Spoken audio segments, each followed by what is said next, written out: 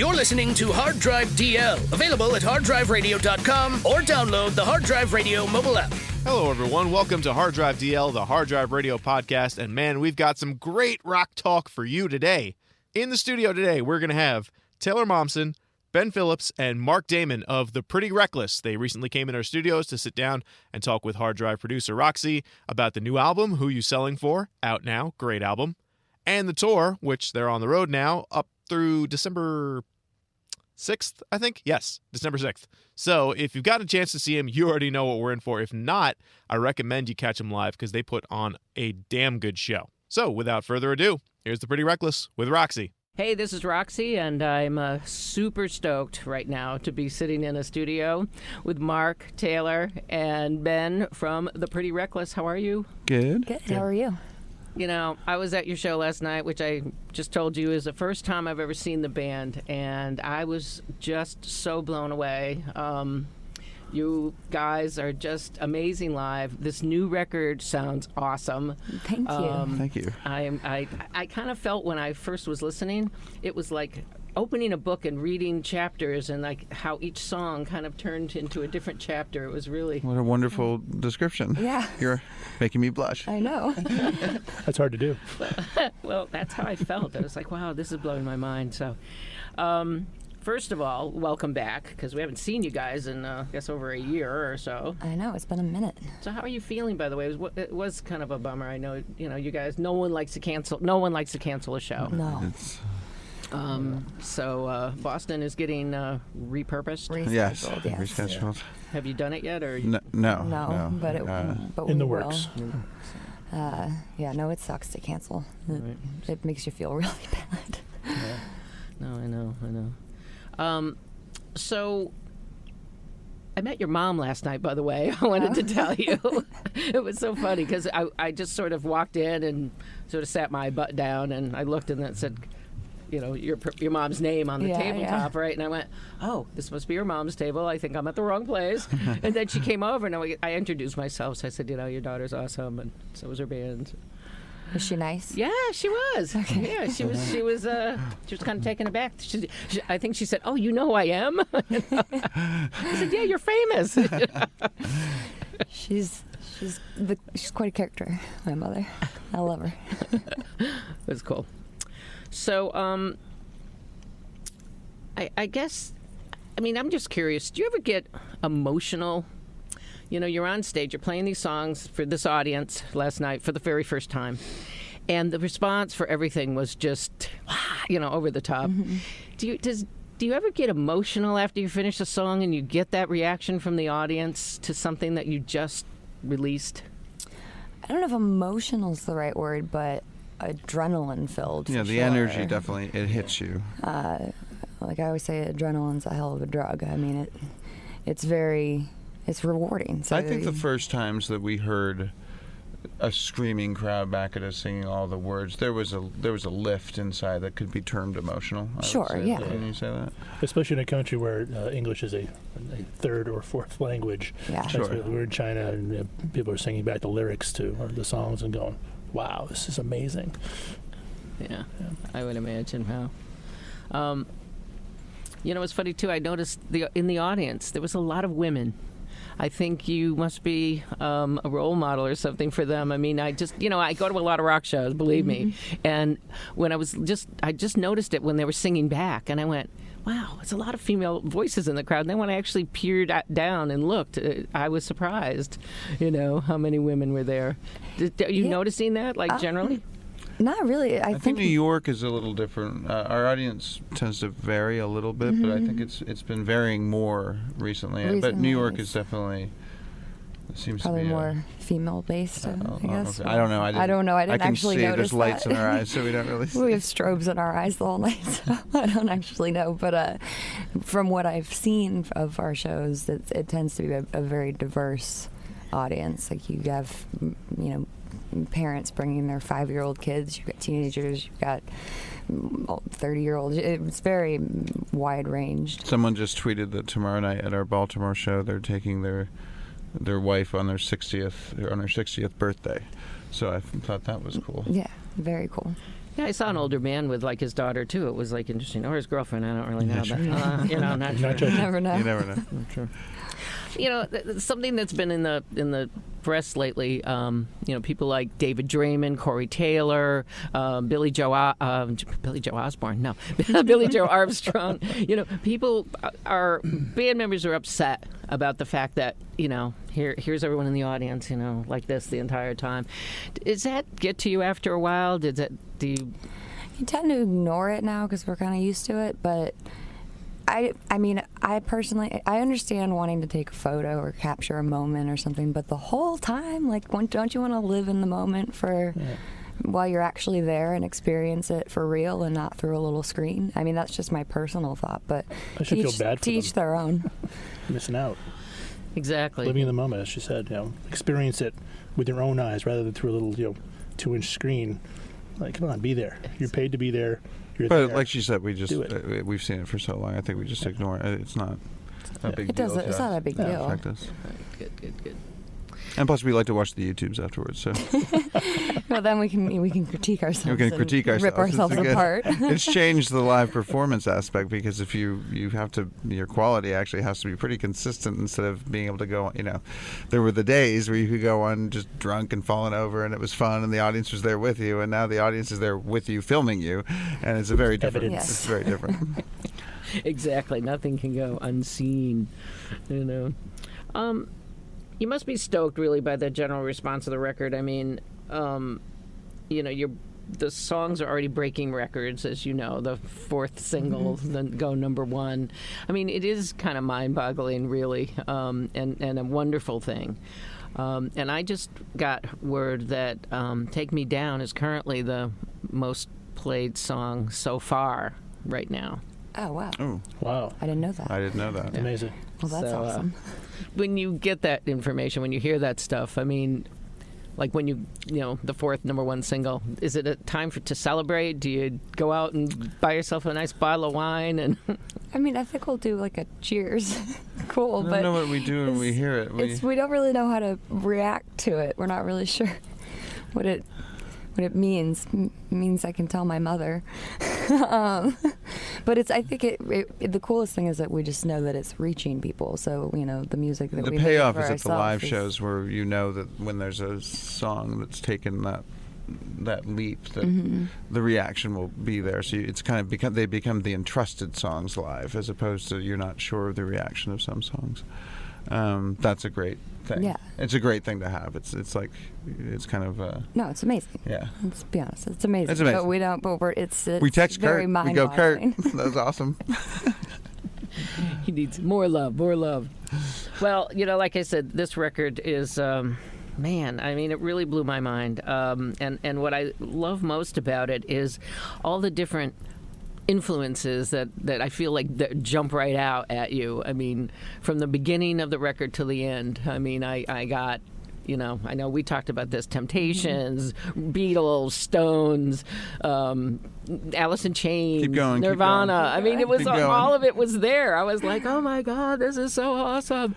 So, I mean, when you guys sat down to say, okay, we're going to make our next album, what do we want to do? What first came to mind? We don't really sit down and do that. Yeah, we don't really do it like that. Me and Taylor kind of go off and write, and then it just happens. Like it's what songs are good enough to record, and it just happens to be that, and then it becomes its own thing, kind of afterwards. Naturally. Well, I mean, if when you're writing a record, you don't even realize it when you're doing it, but common themes start to develop, and suddenly after you've recorded the record and you sit down and listen to it, you go, oh.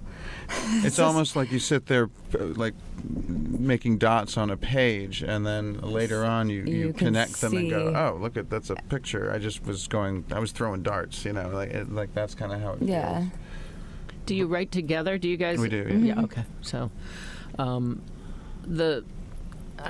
I mean, what I also love about it is that it's a total live feeling. I don't get a sense that at any time was this Pro Tooled. No. It was not. We specifically did something different with this record. I mean, it's the first time that we brought in outside musicians. We very much wanted to keep an That was a little organic- specific. I mean, we didn't sit down with it, but Taylor and I had been. I know we listened to the Beatles and we listened to Pink Floyd or whoever it is. I think there was a moment hearing. It was probably a Pink Floyd song or a David Gilmour guitar solo, more so, or an Eric Clapton thing, something where I was sitting there going like, this is you have to be able to be it, and therefore we cultured the way of the recording where it would be like capture that person doing a performance, and if wait for the magic to happen, and then and we kind of did that, I guess. Yeah, it was very much trying to capture the human element, and You want to hear the person. The note, and realizing that perfection is not necessarily what makes something good. It's the imperfections that add human life to something, and that's what is going to connect with people. We're hoping to do that. Anyway, we don't, I mean, we're trying. We're working. Because it just feels like there's that. this wall in between the recording and listening now with the way recording is done, and we tried to remove that wall. I don't know if we did, but we tried. Mark, how did it feel for you in the studio? I mean, everyone has like a favorite memory or a moment that, it's like, oh my God, this is so great. Well, I kind of have the luxury, me and Jamie have the luxury of Ben and Taylor going away for a while and coming back with a slew of great songs that they'll, sit down with an acoustic guitar and play for us, and we'll go, wow, you guys have been busy. Damn. You're welcome. No, thank you. Seriously, bro. That's actually one of my favorite times in the studio is actually just listening to the songs they're coming in and presenting to us that we're going to flesh out, and just hearing them sing and play with an acoustic guitar, and just song after song after song, melodies, just like, wow, this is amazing, and seeing the possibilities within that, and kind of watching the way it develops from that into the finished product. You guys should do like a fly on the wall kind of video from time to time. I think fans would love to see, it being so organic and starting like that. It would actually probably be pretty boring. It's super boring. Because Studios the are super, because you're just mostly sitting around. Sitting People around are usually thinking. waiting for a thought to come. Yeah. And whether it's in the studio or you leave the studio, and then people just sit around waiting for like, what are we gonna do? You're trying to get the idea of how to make something work. It's pretty slow. Yeah, it's slow. It's a lot of sitting and thinking and silence, and then a lot of yelling. A lot of people traipsing off to rooms by themselves. And then a lot of people storming out Leaving. and then coming back. So the ambience in the room, let's say, that when you brought in your singers, I guess Janice Pendarvis was one of them. When you brought in Warren Haynes, that just must be like total magic. I mean, Amazing. so let's talk about some of those situations. It's amazing. I mean, for me, I'll have to show you a video when we're done here. But for me, to be able to sing with these iconic singers was super fun for me, just to not have to be the one who just keeps layering myself over and over and over, and actually have support behind me was a blast. And for me not to be the guitar player.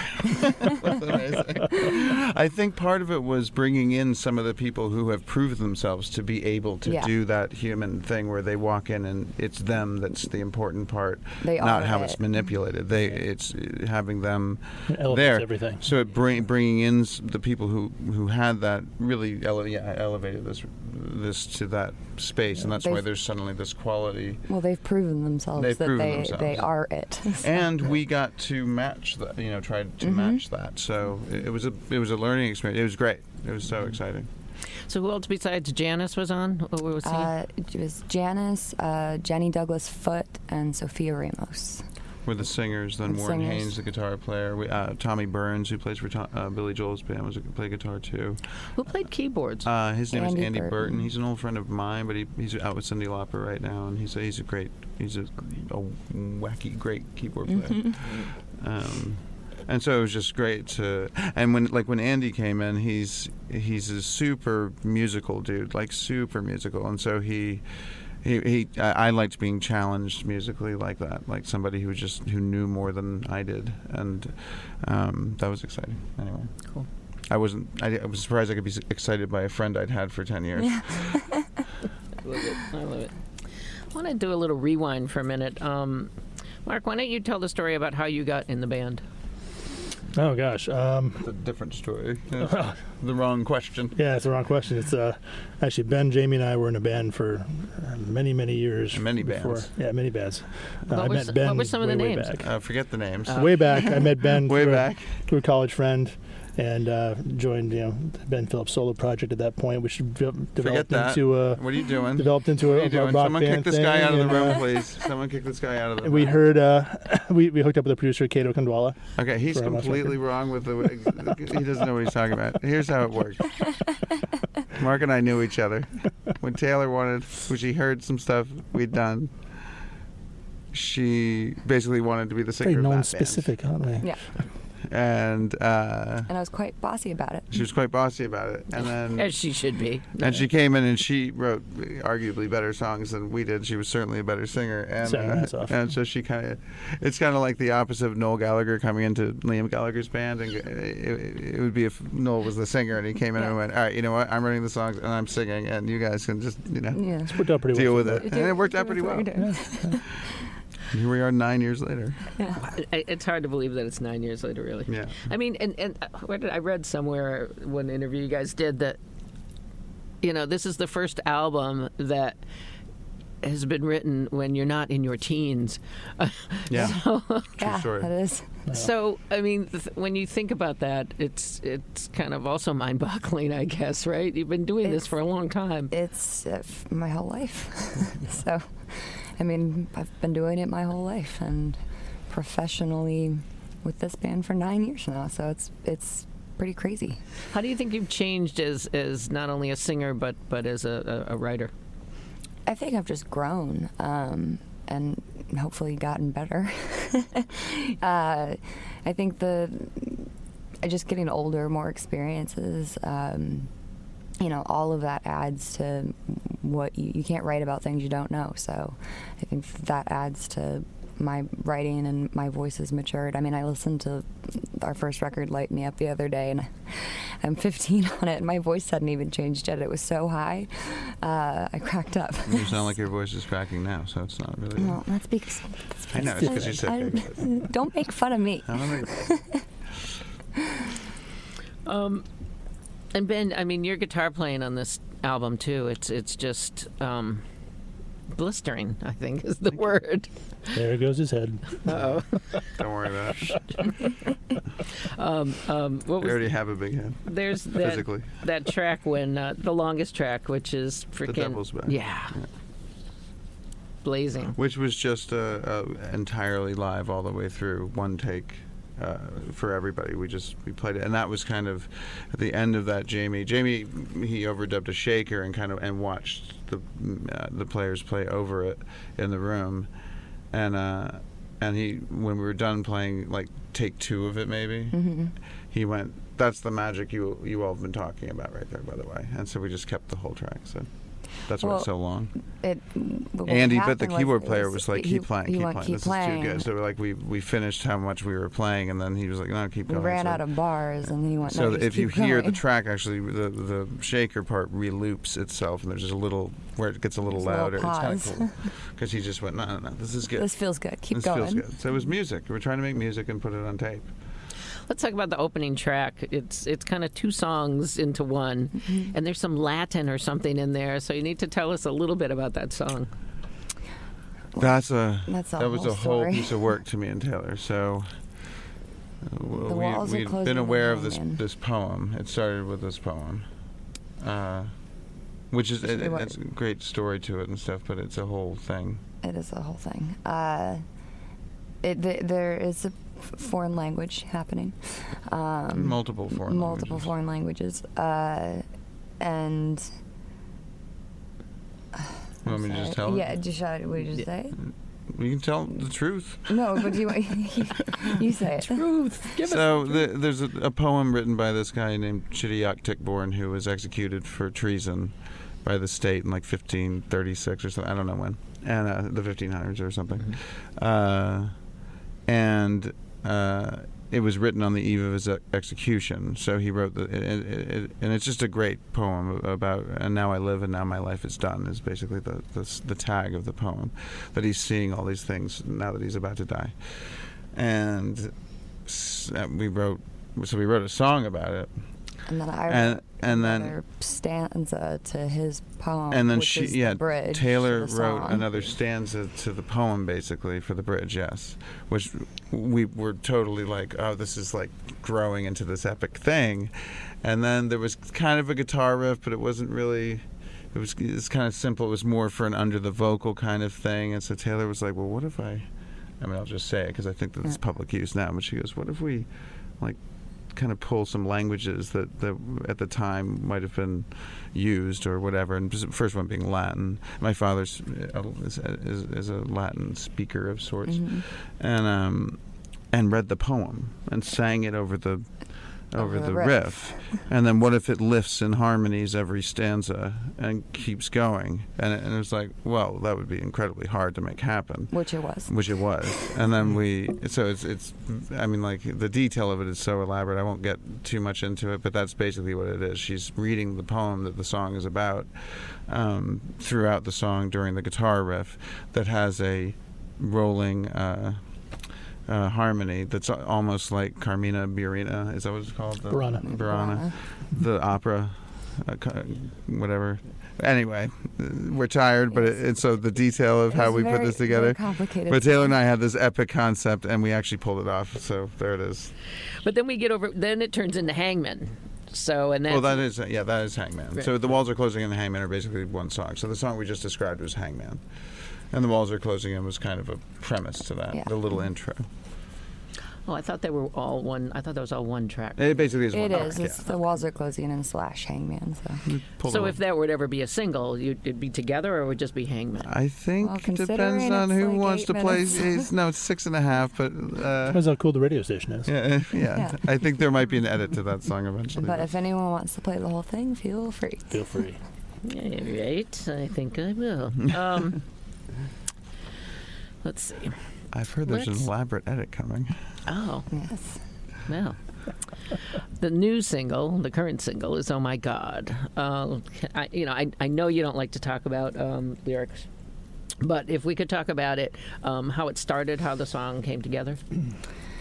That started as kind of I was very stream of consciousness writing, and then Ben came up with an awesome riff, and it kind of got Well, put sometimes together. when we write, she'll write a song with no melody, which is, I find odd, but she can do it. So she writes a whole stanza of things, and they're structured to be But they're this. structured to be a song, and I just don't have a melody to them yet. We kind of jump between, like, I'm going to use some names right now that I'm not saying we are like, but I'm going to go. Sometimes it's Lennon and McCartney where we're in the room together and we're doing it. Sometimes we come together with separate ideas that are fully formed, and sometimes it's a Bernie Taupin, Elton John thing where she'll write out a complete set of lyrics that are structured to be this.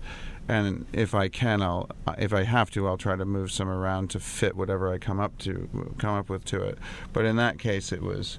But you did have kind of a staunch, like, it This is goes, the oh my form. God, I wish I was thin. I wish I was. She had pentameter. She had the whole thing. And basically, since it's the verses, it's not tons of melody. You kind of had the melody. It was kind of there. And then it was like, oh well, how do you charge that riff? Well, I'll just speed pick it, and then that was pretty much it. And then it was awesome. And the thing I like about that song musically, anyway, is the chorus is a very odd chord change, which I'm happy that happened somewhere. I think Not common. a reviewer said it was about the burdens of fame. So I think when you listen to the lyric, I think you can get that. I can see how someone would take it that way, and it's not that to me Yeah, no, I at don't all. think that's where. That's I didn't not where see that. came The from, one, yeah. But I can. I see, read that, though. But I can see how if you related this record to You being famous. me being famous, Yes. that you could take it that way. But really, none of that is the case. It's more a human thing. Yeah. Take Me Down, obviously, that was the first single and still the most played song right now. So. It's crazy. Hey, who knew? Not us. Not I, said the fly. It's funny. It's funny. So many times I've interviewed bands where they've said, "Yeah, and we thought we had the album done. Then we had one more song. We thought, all right, well, let's let's record that." And that ends up being like the biggest song. Do you feel there's anything like that ever happen? It is one of the later songs we wrote, but we had the incarnation of it earlier, but it was finished later. Just the filling in some of the lyrics was finished later. We really didn't know what was gonna. We thought it sounded singly, but we didn't know what. Major key. Major key. It's like, when something's in a major key, it kind of has a lift. The minor fall and the major lift, and the Baffled King composes Hallelujah. All right, so back to the river. Warren Haynes. So and your friend with the Nicky Hopkins breakdown on the piano. I mean, I just was flipping out every time. I listened to it twice when I first heard it, and I was like, "Oh my God, this is awesome!" I love the reference. Let's talk about that track and how Warren came to be. Well, we had the song "Back to the River" and we recorded it, and it was missing something, and we asked, what is this missing? And the answer was a fantastic slide solo. So who do you call up for that? You call up Warren Haynes. So we did. He said, send me the song and I'll have a listen, and he did. And then he said, yes, I would like to play on this. You're being very... I mean, if you want an in-depth version of that, there's a few interesting things about that song. Number one is it's two songs put together. Mm-hmm. So we had these two pieces. We had there's blue skies all around me and the world looks just the same. Kind of, there's all this, as there is always shit going on, but at the time there's lots of shit going on the news or whatever it was. And so we were like, well, but you look outside and it doesn't look like the world's falling apart, but it sounds like, people are talking like it is. So we had that section, and then we had this other song that was like, get me the hell out of here, I'm going back to the river. And so they're in different tempos, but same key. So we put them together, and it kind of worked to have an intro, and then the song, and then it breaks back down to the intro as a middle eight. In the recording process, changing click tracks and stuff to keep time and all that crap that I personally can't stand. So we recorded we got a bunch of acoustic guitars. We got Taylor, Cato, me, Tommy Burns from Billy Joel's band. We got Andy Burton on keyboards, Mark and Jamie on drums. And so that song only has one vocal on it, which is kind of, unfamiliar to modern recording and songs. So it's just one vocal all the way through. And it breaks down, so we all have to do it naturally together. So there's no click track, there's no time to it. It falls in and out of time a little bit. And so there's jangly big 4 acoustic guitars going through it. And I was playing acoustic slide at the time, and I'm just sitting there, and I'm like, I'm an okay slide player. I didn't go down that road as a guitar player, so it's not my forte, not in the realm of Warren Haynes. But it had an Allman Brothers feel to it. Yeah. And we all acknowledged that. Cato has a different take on that, because he was more like the Allman Brothers. Although let's do something modern with this, because it's an interesting song. Let's try something else. And we're like, no. Let's get 10 guitar players to come in on acoustics and just make this big jangle, and we did, and it worked.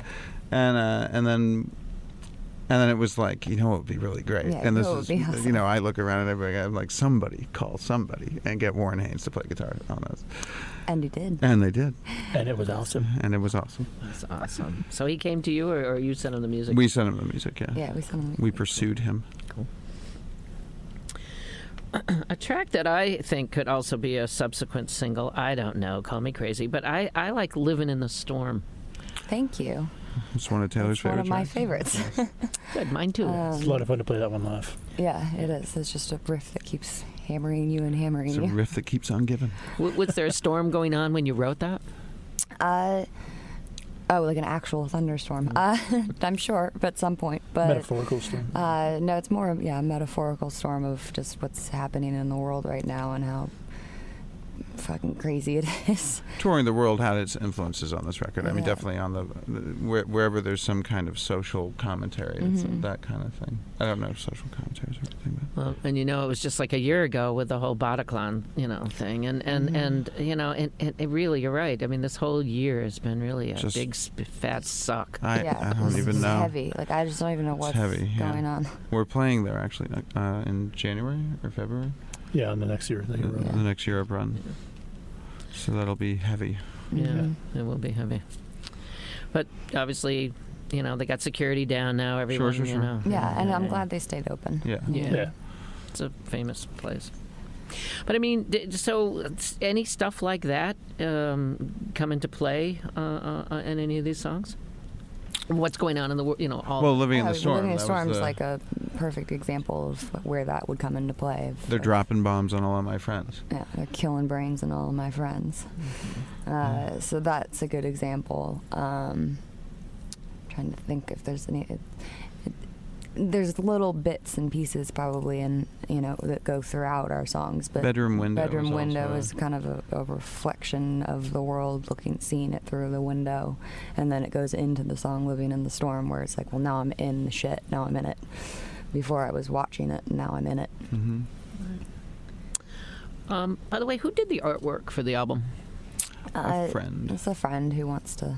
Who doesn't want the hassle? Doesn't want the hassle, so they want to be anonymous. But no, they listened to the record and sent us this piece of art, and we all went, click. There it Well, is. that's it. It says everything and nothing, and everyone's gonna have a different take on it. It just seemed to fit the record really well and fit with the title, Who You Selling For. It had a kind of. It said so many different things. It's abstract expressionism. But the record's kind of abstract, even though it remains in the pop culture kind of conceptually. So that's kind of what the cover is. You have this kind of nude but ambiguous figure. So it's kind of abstract, but it's still very, very obvious what it is. So anyway, I don't know. Does the yellow color have any significance to you? Just the age, I think. Yeah, of age. The feeling of age and parchment and. Marvelous. If you weren't doing this for a living, what would you do? Be doing this as a hobby. That's a good answer. I have no idea. Would you ever go back to acting? No. No. Oh God, no. so my childhood. It feels like such a past life now. You'd probably work at a Starbucks or something. That's what Yeah, you'd probably I'd do. probably like bartend or something. I'd be a cryptozoologist personally, but whatever. Here we go. Did you go to college? Briefly. The word is very briefly. Here, play I the went to sheet I music. went to Berkeley for a day, and I said, "What?" Literally a day. A day. Actually, the actual reality is about an hour. So you hated it. I didn't. I went in for an hour, and I just went. As soon as I saw the form to fill out of what classes to audition for, I was like, audition for something? What are you talking about? And so no, I didn't go to college. He did. I used to live next I did door. go to college, yes. Did you? Yeah, In to Boston? Berkeley. Yeah. Ah. Yeah. Did you go to school in Boston? I did. I went to Emerson. Oh. Nice. Dated a guy that went to Berkeley. My father went to Boston University. Yeah. So let's see. This tour ends, and then what happens? Then we are making another video. And then we're possibly doing a little bit more recording. I'm sure there'll be lots of press thrown in there. And then we go to Europe in the new year. Now, let's back up. So what are you making a video for? We are making a video for Oh My God. And possibly some other songs. I'm not sure yet, but definitely Oh My God. And and then touring starts in January. We're going to Europe. Who are you going with? Who are you taking with you? We don't know yet. No, yeah, we have a couple bands that we are Oh. friends with because it's pretty much, I think the tour's pretty much sold out, so we can kind of just really take our friends and It's a nice luxury. because it's a nice luxury. You get to, it's fun Well, to just tour with your fun. friends. Yeah. But We don't know yet. we don't know yet. So you said you mentioned something about recording some stuff. What kind of stuff are you going to record? Well, when we toured Going to Hell, we toured for so long without making anything new, and I think that got really daunting on us. So I don't know if we're actually going to get into the studio, but I was going to try this time to break up the touring and the recording, and so you get to do a little You bit get of a little both. bit of both. Like it's not always dessert all day long, and then Yeah. dinner the next day. It's you have dessert and dinner. Just kind of, I think it's good for the mind. Not in that order. Green beans, green beans, green beans, ice cream. Yeah, green beans, ice cream. Were there any songs that maybe didn't make this record? An that entire maybe record didn't make the Yeah, record. you So know, that's we almost have did double album. we have it. Yeah. Yeah. These were the easy songs. Yeah. Yeah. These are the ones we could get done in time. Yeah. I mean, are there songs that maybe you wanted to, experiment even more on? Yes. Yeah. And so that's where we're going next. Oh, This record taught us how to make the next record, but we have most of the songs already, or at least a big chunk of them. I'm sure we'll write a whole bunch more. A whole bunch more. Ooh, I want to know details. No, It's that's too early. It's gonna gonna be awesome. good. I'll help you out. It's gonna be awesome. So are you imagining that, at the end of 2017, there'll be another Pretty Reckless album? I don't know if it'll be that soon. I saw our touring schedule. I can't imagine that's I going can't to happen. imagine it's going to be that soon. I think our touring schedule is going through 2018. Yeah, right now, going so. to Europe in January is like the tip of the iceberg of touring. Yeah. So the touring is pretty hefty. So I doubt that, but hopefully we'll have recorded some stuff by then. Are you still making your stage clothes? Yes. Where's Kind my of. shirt? Moderately. Help. If I have some help, but Where's my shirt from the last tour? No. well, I've got a plethora of them. You can have one. The holidays are coming up. We all love to eat turkey. Do you guys have any kind of like special thing you like to do, especially if you're working? I mean, you can't always hop on a plane and go to mom's house. And We have a day off on Thanksgiving. In Green Bay, Wisconsin. I was asked if we wanted to do a crew Thanksgiving, and I answered, "Who's paying?" And, I wasn't invited. and she wasn't invited. Find a Denny's. I find a or Denny's Cracker somewhere. Barrel. The holidays, as a musician, tend to disappear. So You don't really you notice don't really them. miss them. did you ever record something and it's finally out, and then you say to yourself, oh, you know what, we should have done whatever else to it that we didn't end up doing to it? Yes, Yeah. I do. Yeah, I think you always. I mean, after you have time to sit with something. I mean, first of all, We're good at it. There's we're little good at things. it. They're very minuscule things, but yes, there are little things. But we put our music through the ringer before we release it to make sure that we're not going to hate ourselves 5, 10, 15, 20 years from now. The goal is longevity and quality. So,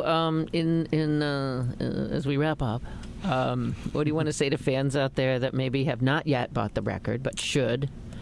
Buy it, steal it, rip it. I don't care. Listen Just to listen it. to it, Just listen to and see if it's for you. Give it a chance. It is. It should be for everybody.